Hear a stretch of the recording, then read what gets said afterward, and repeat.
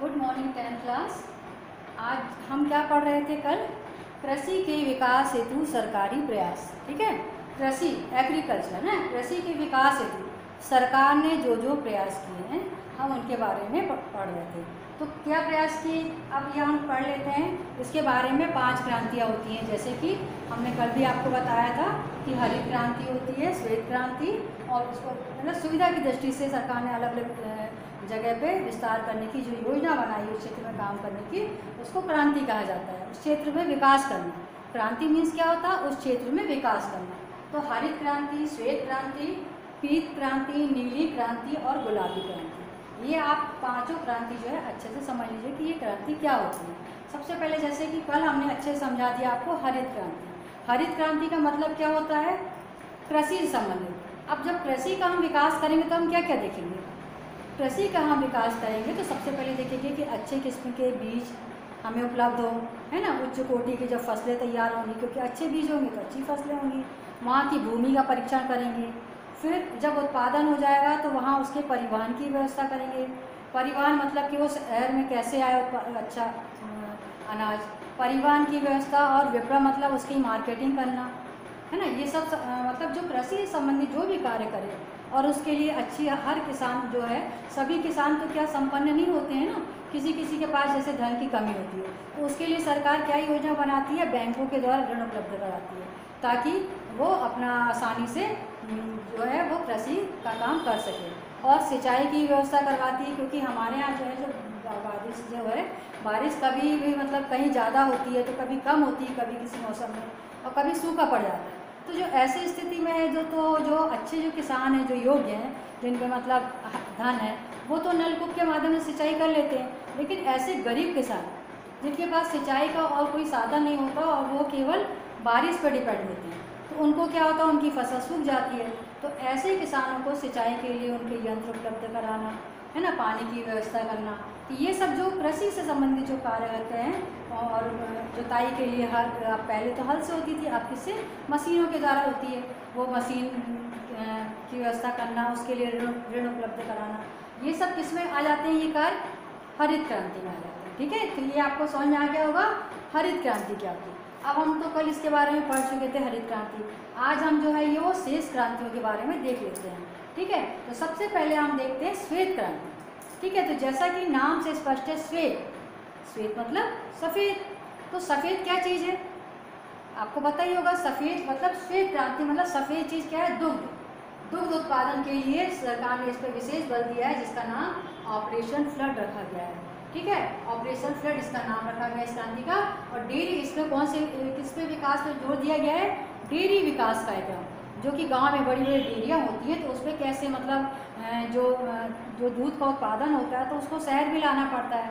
तो शहर में लाने के लिए उनकी यातायात व्यवस्था करना, मतलब कि परिवहन व्यवस्था करना। अच्छे नस्ल की गाय, जिसको हम जर्सी गाय भी बोलते हैं, सुना होगा आपने। विदेशी नस्ल की गाय, वो क्या होता है? वो ज़्यादा दूध देती है। तो उन विदेशी नस्ल की गायों की व्यवस्था करना, और अच्छा मतलब उनको, अब जानवर हैं तो उनको अच्छा पोषण चाहिए, अच्छा खाने की व्यवस्था करना, क्योंकि वो अधिक अच्छा जब वो खाएंगी, तो जब वो अच्छा खाएंगी तो अच्छा दूध भी देंगी। मतलब जितनी बीमारियों के लिए उनको समय समय पर उनकी चिकित्सा व्यवस्था ध्यान देना। यदि कोई जंतु मतलब जानवर जो है, गाय भैंस इत्यादि बीमार पड़ जाते हैं, उनको चिकित्सीय व्यवस्था करना, उनको दिखलाना, और दूध का उत्पादन अधिक से अधिक हो। और प्रारंभ में ये जो दूध के विकास कार्यक्रम जो है वो गुजरात के खेड़ा से चालू की गई थी। डेयरी विकास कार्यक्रम का शुरुआत कहाँ से हुई थी? गुजरात के खेड़ा से हुई थी।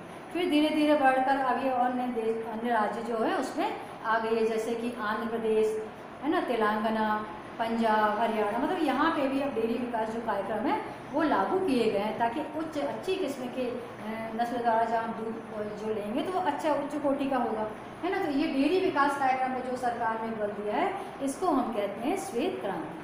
अब आपको अच्छे समझ में आ गया श्वेत क्रांति क्या होता है। अब आगे बढ़े हम, तीसरा होता है पीत क्रांति। जैसे नाम से स्पष्ट है, पीत यानी कि पीली, पीत यानी कि पीली क्रांति। अब पीली क्या चीज़ होती है? अच्छा, पीत क्रांति के लिए सरकार ने तिलहन उत्पादन पर विशेष जोर दिया है। तिलहन क्योंकि हमारा देश जो है भारत देश बहुत ही विशाल, बहुत ही बड़ा है। अनेक मतलब ऐसे लोग हैं जो कि जिनका सही रूप से पोषण नहीं हो पाता है, क्योंकि हमारे जो खाद्य उत्पादन उतना ज़्यादा नहीं हो पा रहे हैं कि हर व्यक्ति को पोषित कर सके। क्यों? क्योंकि भारत में जनसंख्या बहुत ज़्यादा है और उसके लिए हमको जो तिलहन का अधिक से अधिक क्या करना पड़ेगा, उत्पादन करना पड़ेगा। और ऐसी कभी विकट परिस्थिति आ जाती है कि बारिश नहीं होती है या अत्यधिक बारिश होती है और फसल नष्ट हो जाती है, तो उस स्थिति में सरकार क्या करती है, उस तिलहन को स्टोर करती है। स्टोर करके मतलब ताकि वो हमेशा बाजार में वो चीज़ उपलब्ध रह सके। तो इसके लिए सरकार ने किसी पीत क्रांति मतलब तिलहन के उत्पादन पर विशेष जोर दिया है ना, जिससे हमको प्रोटीन की प्राप्ति होती है। अब इसके बाद हम पीत क्रांति आपको समझ में आ गई, पीला जिससे पीले समय। अब हम आ जाते हैं नीली क्रांति। अब नीले रंग से क्या होता है बताइए, नीला क्या है? नीली किस तरह की? मछली।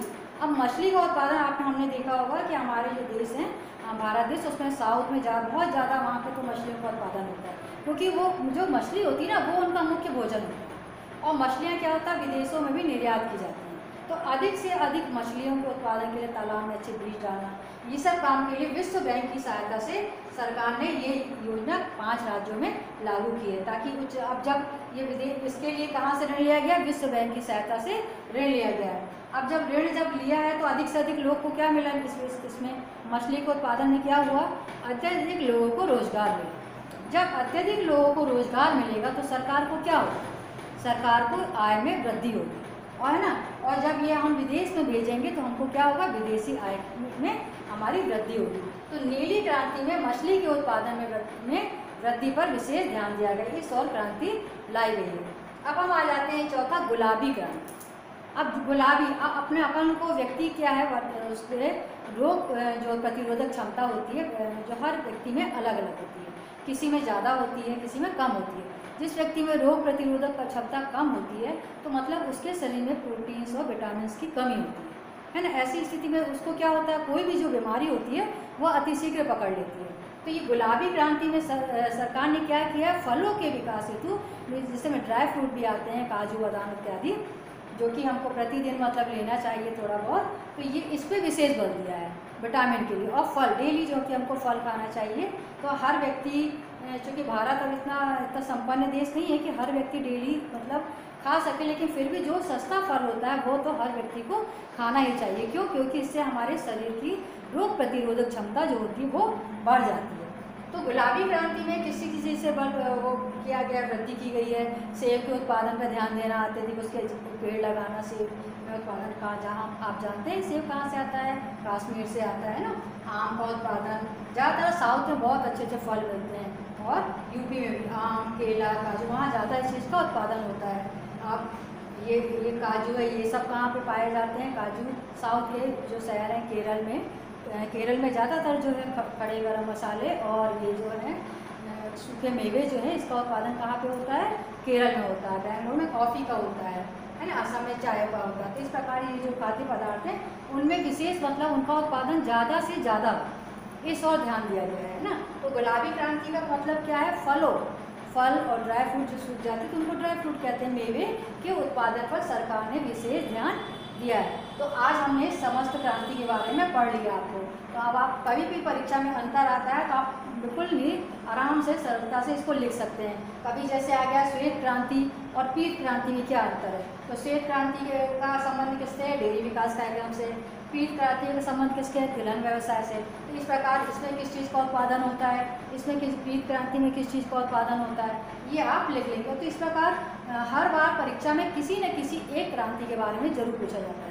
जिस प्रकार अभी 2020 में आपको हरित क्रांति मतलब इसके बारे में क्वेश्चन आया था कि हरित क्रांति क्या होती है, इसके बारे में महत्वपूर्ण क्वेश्चन। तो इस बार हो सकता है हरित क्रांति ना है, तो इसके ये जो 4 क्रांतियाँ हैं इनके बारे में आ जाए। तो हर एक क्रांति को आपको अच्छे से पढ़ लेना है, और ये काफ़ी सरल है, और इसको अच्छे से आप नोट कर लीजिए उसके मेन पॉइंट क्या होते हैं, और उससे आप आसानी से इसको समझ सकेंगे और आसानी से इसको याद कर लेंगे। अब हम नेक्स्ट इसके बाद का जो है फसल के बारे में, खेती के बारे में आपको बताएंगे अगले वीडियो में। ठीक है।